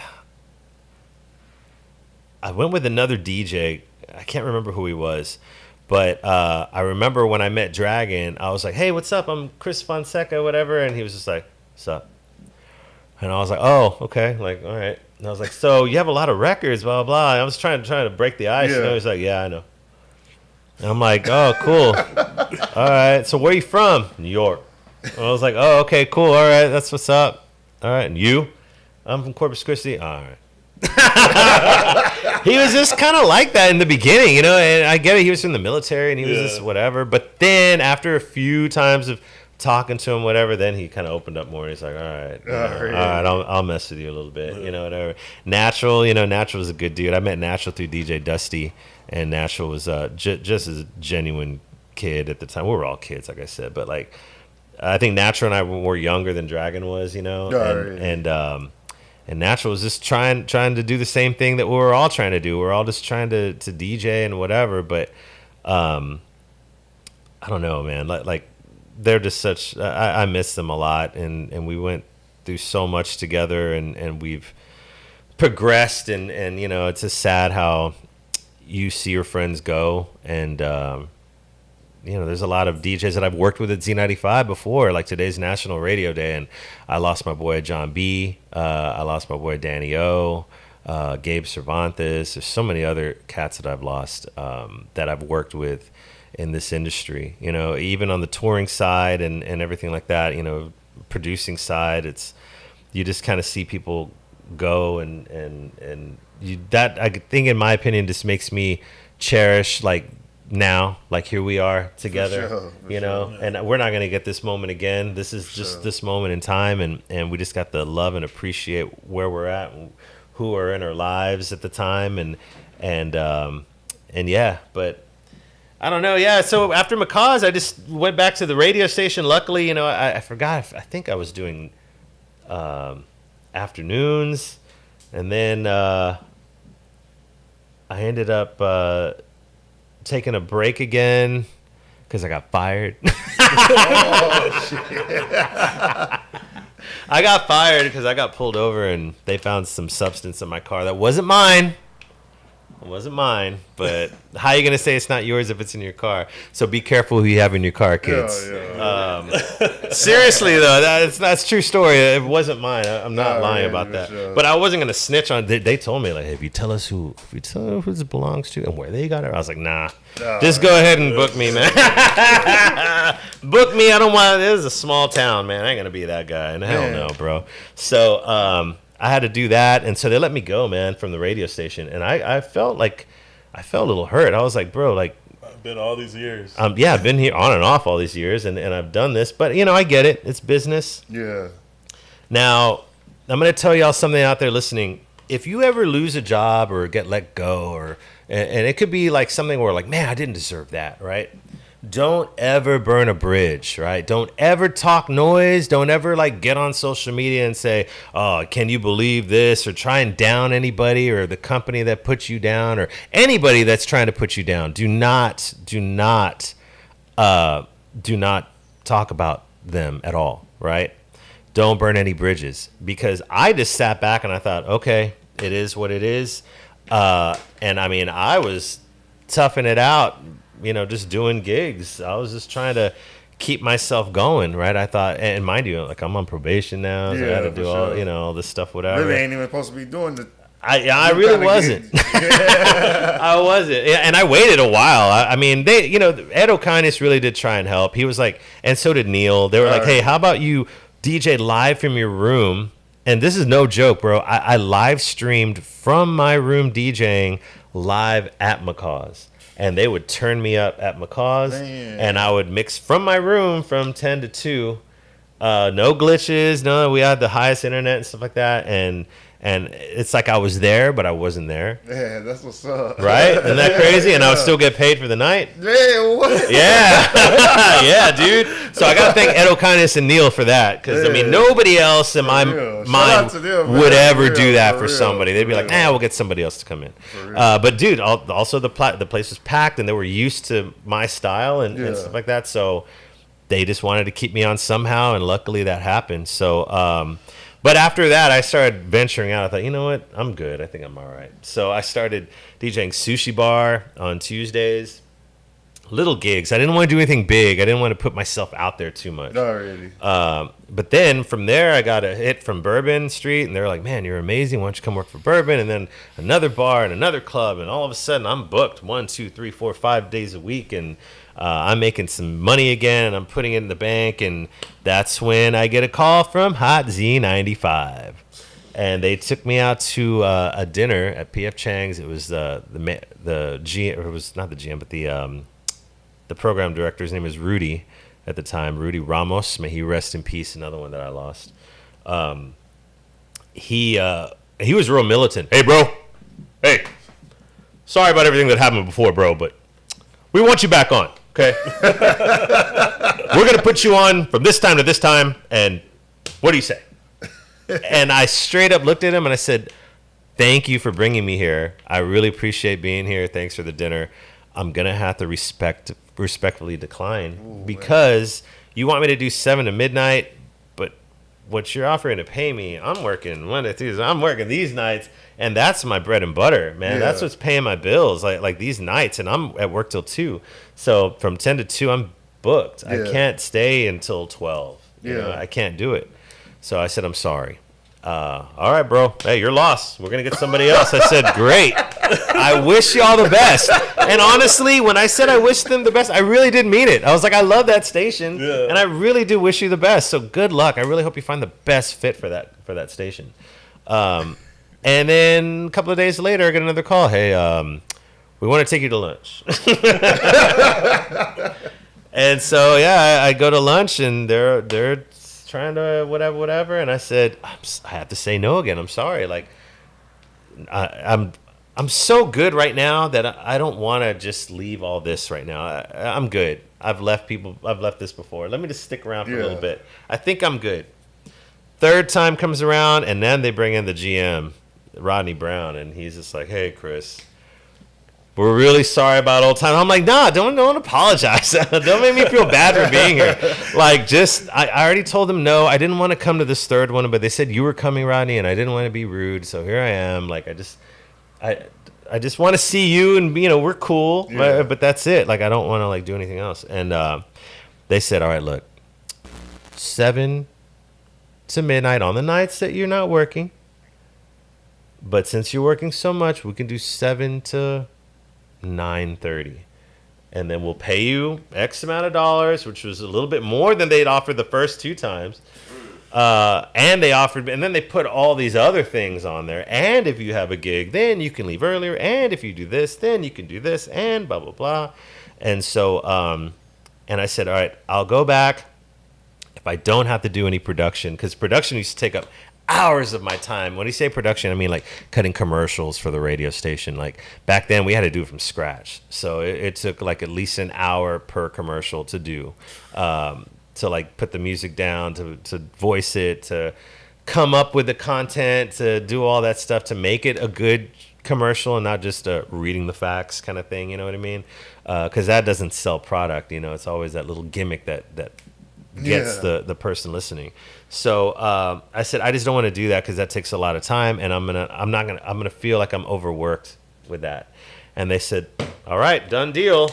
Let's shake hands. And so I went back to Hot Z95 doing nights, and then from nights, I did the Love Hour too. I would pre-record some of it, but some of the time I would try and do it live on the nights that I could. And then after that, I got moved to afternoons, and since then I've been on the radio to now. And we've had DJ Energens. He used to do the Eat to the Beat.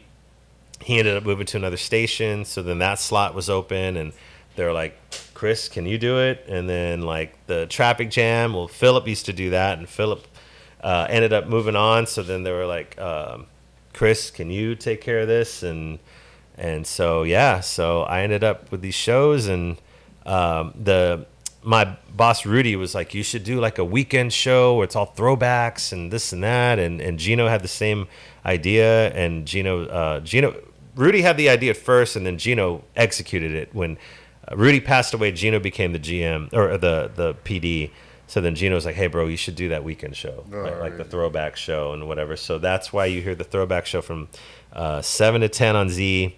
And then DJ Energens used to have Maximum Juice from 2 a.m. to 5 a.m. And that guy would be in the building spinning live.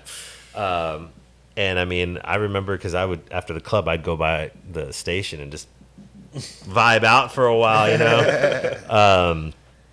But when he left, they were going to just cancel that show. And I was like, dude, you can't just cancel the show. Yeah. And they're like, we'll just take over Maximum Juice. I'm like, well, I'm not going to call it Maximum Juice because that's not my show. Like, that was Jens' show. I said, but I don't want you to not have an EDM show because there's people out there that really like it. Not everybody does, but there's a lot that do. And me personally, I'm into it as well. So, and I think that's what helped me growing up is I wasn't just stuck on one genre.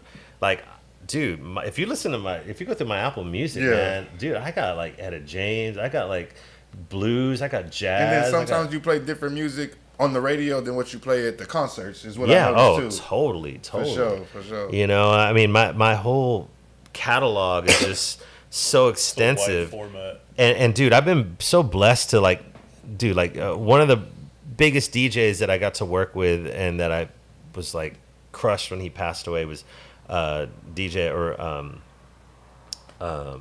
AM. Yeah, I was gonna say A-Track. Sorry, A-Track. AM. And AM, I met him in a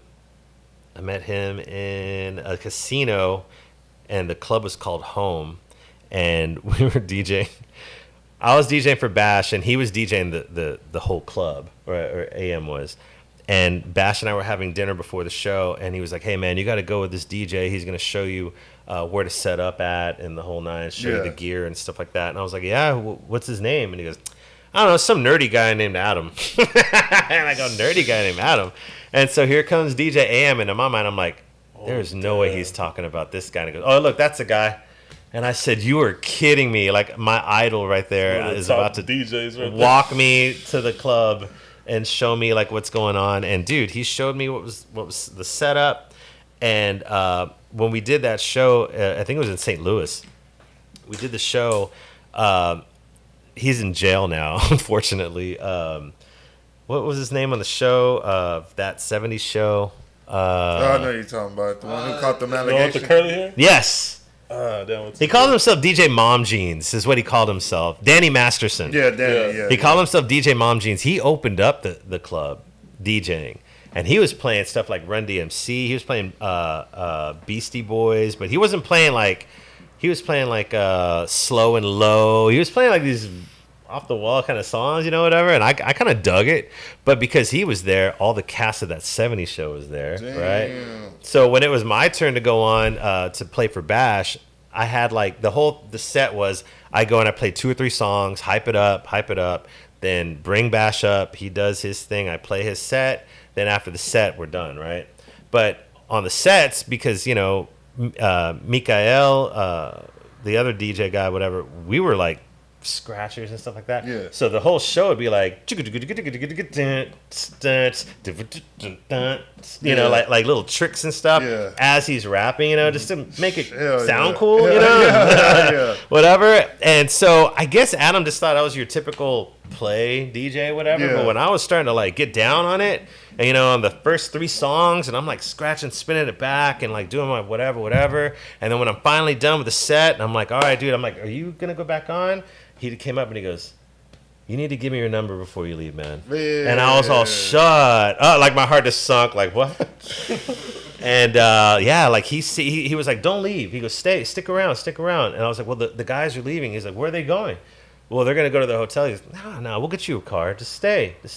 So I got to stay all night. I hung out with the crew, but just watching him work the crowd.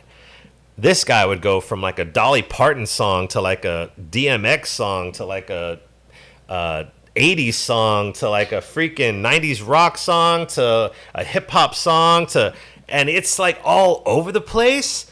But that's when it hit me. I was like, bro, you don't need to just do like 3 hip hop songs, 2 reggaeton songs, 3 dance songs, or you don't have to just keep it a certain genre. This guy was all over the place, and I thought, bro, like whatever. So he would send me these mixes that he would do, and some were like electronic indie type mixes, and some were like real housey, some were like dirty hip hop, mixed with like indie pop, and I'm like, bro. So when I started DJing here in some of these spots, I started kind of trying to venture out a little bit more. And I think it kind of made some people be like, that's kind of cool. Some people were like, this guy sucks. But some people were like feeling it, you know what I mean? So it's like I still like doing sets like that. These days it's kind of hard because everybody's like, can you play Sexy Red? Hell yeah. Play that Pluto. Man, I don't want to keep you too much longer. I got a couple of more questions for you. One question is, since you've been DJing for so long and in radio for so long, have you ever gotten any opportunities like come to be a DJ here in Atlanta? Or I know we used to have what's his name, Elite One back in the day. He was here, you know what I'm saying? He ended up taking off to like Oklahoma City. Have you ever gotten any opportunities to go and be a radio DJ anywhere else? Any radio opportunities anywhere else? I have, but I just didn't want to leave Corpus. Already. Yeah, for sure. I didn't want to leave. And then if I had left to that new spot, I'd have to start from the bottom again. Already. And which is cool, but being in a town where you don't know anybody, I think would be a lot harder to like have to, because you'd have to go out and like meet people and let people know who you are. It's not like you could just be on the radio and everybody knows your name. Yeah. So it's like to me it would be like starting all over from ground zero. For sure. You got anything else, Dynamite? I know radio's evolving now. Like, yes, I know. Like now you have a co-host, and now you do a lot of more social medias and stuff like that. So right. So how is it? I have Victoria. We call her Tori. She's my co-host. She's amazing. She's got a lot of great. She has a lot of great content. She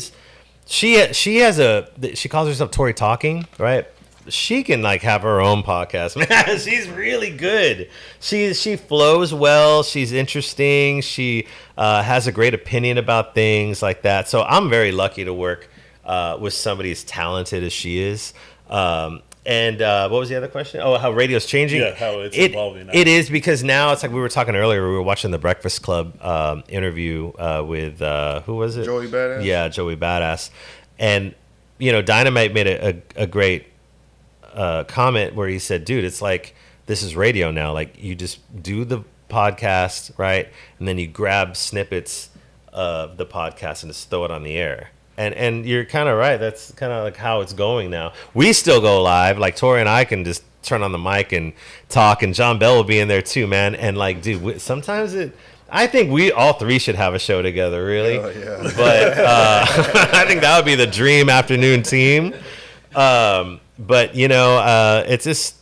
it's fun when you work with good people, and this company Z95 has been around forever for a reason, because they're just good people. And Gino, man, I remember when he first started, is when I was just getting started on the radio, like whatever, and he's paid his dues. He's done a lot, man. And I remember he was like the big night guy, and he used to study other DJs. which I highly recommend everybody out there. Whatever it is you want to do in life, you got to study the top dogs and try and get to know these top dogs. Email them, send them messages. You know, maybe they'll respond back. Somebody will eventually, you know, and they could give you some advice. Those are the people that you really want to get info from. You don't want to get info from people that aren't doing that job, that just have their opinions on it. Sure. You know what I mean? So that if I could just give, I just want everybody out there listening to really focus on your dreams. Don't give up. Be persistent. Sometimes you got to work for free, and that's okay, right? Now, don't like let them take advantage of you. There's a difference, you know what I mean? But you know, think of when you're doing stuff for free. Make sure you're learning as you're going. You know what I mean? And then once you get that knowledge, one of my old managers from Craig's told me, he said, Chris, you know, a lot of people think that it's who you know. It's who you know, Chris. He goes, I'm going to tell you right now, it's not who you know, it's what you know. And he's right, because if I wouldn't have spent all those hours, all those days, if I didn't continue to do all this stuff, you know, I was at Dusty's studio. I'm working on a lo-fi EP. He's helping me mix it and master it, whatever. I don't brag about it right now, but I'm going to put it out as a different synonym, you know, somebody other than Chris Fonseca. But you know, it's going to do its own thing. But just don't give up your dreams. Just work with the best. Try and just connect with everybody. I don't want you to lose out on living life and on what you really want. And once you get kicked down and you get fired and you lose a gig or whatever, don't take that with a grain of salt. You just take that as a way of like, all right, you know, this is happening for a reason.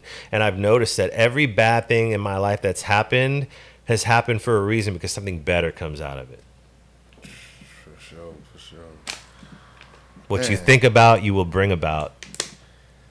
I don't want to put you on the spot, but we usually hit people with this. If you could answer it, or you could answer it, then you could give us some honorable mention, man. Give us Chris Fonseca's top 5 favorite DJs out of Corpus of all time. Ooh, DJ Dragon, may he rest in peace. DJ Fame is amazing, dude.